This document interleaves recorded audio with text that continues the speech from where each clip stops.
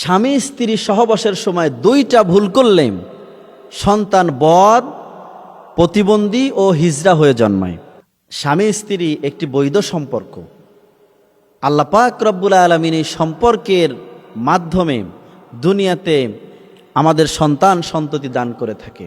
আল্লাহ পাক রব্বুল আলামিন বলেছেন, ইয়া আইয়ুহান নাসুত্তাকু রাব্বাকুমুল্লাযী খালাকাকুম মিন নাফসিন ওয়াহিদা ওয়া খালাকা মিনহা যাওজা ওয়া বাসসা মিনহুমা রিজালান কাসীরান ওয়া নিসা ওয়াত্তাকুল্লাহাল্লাযী তাসাআলুনা বিহি ওয়াল আরহাম। আল্লাহ তাআলা বলেছেন, ইয়া আইয়ুহান নাসুত্তাকু, হে মানব সকল, তোমরা আমি আল্লাহ পাক রব্বুল আলামিনকে ভয় করো, কারণ আমি এক আদম থেকে তার হাওয়াকে সৃষ্টি করেছি, আর তাদের দুইজনের মধ্য দিয়ে অসংখ্য নারী এবং পুরুষ আমি পৃথিবীময় ছড়িয়ে দিয়েছি। এই যে সন্তান জন্মের যে মাধ্যমটা, তা হলো স্বামী স্ত্রীর মিলন। এখানে যদি স্বামী এবং স্ত্রী দুইটা ভুল করে, তাহলে ওই স্বামী স্ত্রীর দুইটা ভুলের কারণে তার সন্তান বদ হয়। বদ মানে হচ্ছে অবাধ্য সন্তান হয়। এই সন্তানের কারণে বাবা মায়ের বিপদ হয়, বাবা মায়ের অসম্মানী হয়, বাবা মায়ের সন্তানের কারণে সর্ব অবস্থায় লাঞ্ছিত হতে থাকে। এই জন্য স্ত্রী সহবাসের সময় দুইটা ভুল কখনোই করা যাবে না। যদি করেন, আপনার সন্তান বদ সন্তান হবে, এমনকি প্রতিবন্ধী হবে, হিজড়া হয়ে জন্ম নিতে পারে। এই জন্য দুইটা ভুল থেকে বেঁচে থাকতে হবে সব সময়। প্রথম নাম্বার যেই ভুলটা, স্বামী এবং স্ত্রী সহবাসের পূর্বে আপনারা অজু করে নেবেন। অজু করে দোয়া পড়ে নেবেন, বিসমিল্লাহ আল্লাহুম্মা জান্নিবনা শাইতান ওয়া জান্নিবনা শাইতানা মা রাযাকতানা।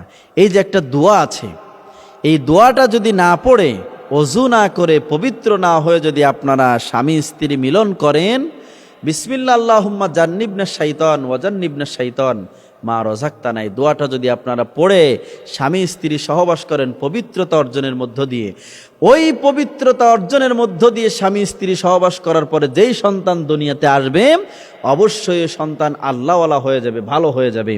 আর যদি কাজটি না করে আপনারা অপবিত্রতা অবস্থায় সময় দিন খ্যান আপনারা খেয়াল না করে যদি ইচ্ছামতো আপনারা যদি স্বামী স্ত্রী সহবাস করেন, তাহলে তার মাধ্যমে যদি সন্তান দুনিয়াতে আসে, এই সন্তানের দ্বারা বাবা মায়ের বিপদ হওয়ার সম্ভাবনা আছে। দ্বিতীয় নাম্বার ভুল যদি আপনারা করেন, আপনাদের সন্তান, যারাই ভুলটা করবে, সন্তান প্রতিবন্ধী অর্থাৎ হিজড়া হওয়ার সম্ভাবনাই বেশি। কেন? যখন স্ত্রীর পিরিয়ড হয়, মেন্স হয়, এমতো অবস্থায় যদি স্বামী স্ত্রী মিলন করা হয়, এই সময় স্বামী স্ত্রী মিলন করা হারাম। বিজ্ঞান বলছে এই সময় যদি স্বামী স্ত্রী মিলন করে, স্বামীর যৌন রোগ হওয়ার সম্ভাবনা আছে। এই জন্য এই সময় স্বামী স্ত্রী মিলন করা যাবে না। এটা আল্লাহ পাক নিজে নিষেধ করেছেন। কত বড় নিষেধ যে এই কাজটা যখন মহিলার হয়ে যায়, মেন্স হয়ে যায়, তখন আল্লাহ তাআলা নিজে তার নামাজ মাফ করে দিয়েছে। বুঝতে হবে, এমতো অবস্থায় কখনো কোনো পুরুষ যদি তার স্ত্রীর সঙ্গে সহবাস করে, তাহলে তার গর্ভে যেই সন্তান যদি ওই সময় এসে পড়ে, তাহলে এই সন্তান হিজড়া হয়ে জন্মানোর সম্ভাবনাই বেশি। আমরা সাবধান থাকব, স্বামী স্ত্রী সহবাস করার সময় একেবারে উলাঙ্গ হয়ে করা যাবে না। কাপড় দিয়ে ঢেকে করতে হবে, যতটুকুন খোলার প্রয়োজন এতটুকুন খুলে আপনি সহবাস করবেন। অবশ্যই দোয়া পড়ে সহবাস করবেন, যাতে করে শয়তান এসে এইখানে ধোঁকা দিতে না পারে, ভাগ বসাতে না পারে। যদি আপনি দোয়া না পড়ে, পবিত্রতা অর্জন না করে আপনি যদি নাপাক অবস্থায় সহবাস করতে যান, আপনার সঙ্গে ইবলিস শয়তান এসে ভাগ বসাবে, বদজিনেরা ভাগ বসাবে। এটার কারণে আপনার স্ত্রীর গর্ভে হিজড়া এবং বৎসন্তান জন্ম হওয়ার সম্ভাবনাই বেশি। এই ভুলটি কখনো করবেন না। আল্লাহ পাক যেন আমাদের সকলকে হেফাজত করেন।